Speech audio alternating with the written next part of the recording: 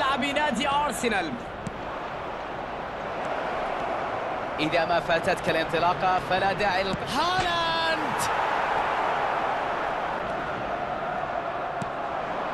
هالاند أمام فرصة بابي يلقدها نوير، ومرة ثانية عازمين على خلق خطورة على المرمى وتكرار المحاولة. يبدو أنه أمامنا مباراة ساخنة.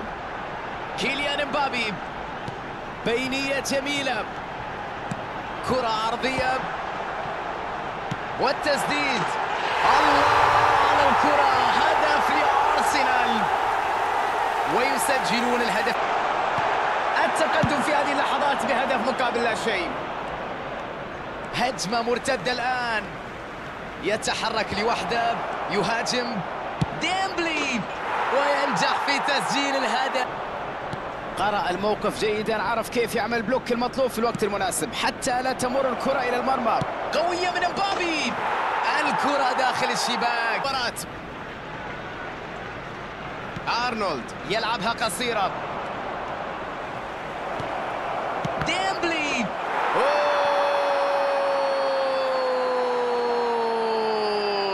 فعله وسجل كرة في الشباك.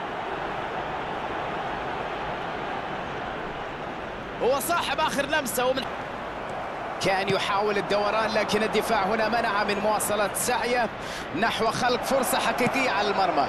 يلعب كرة عرضية، ضربة رأسية، لم ينجح في تحويل.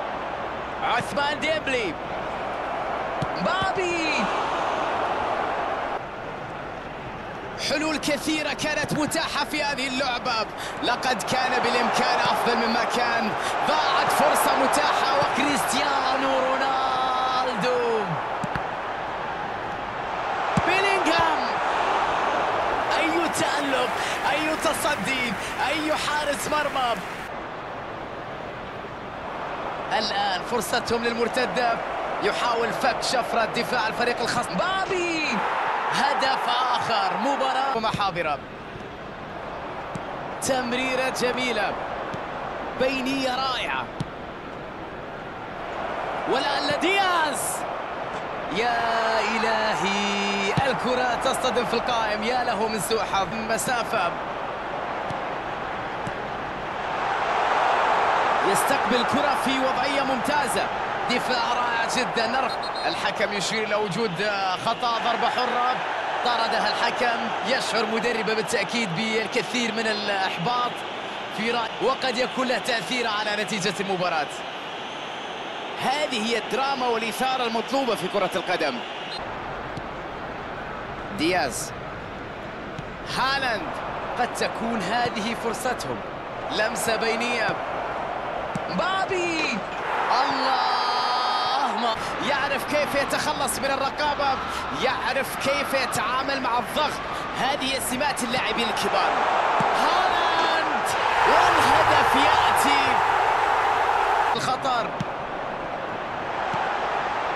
لديه حلول كثيرة الآن. كريستيانو رونالدو،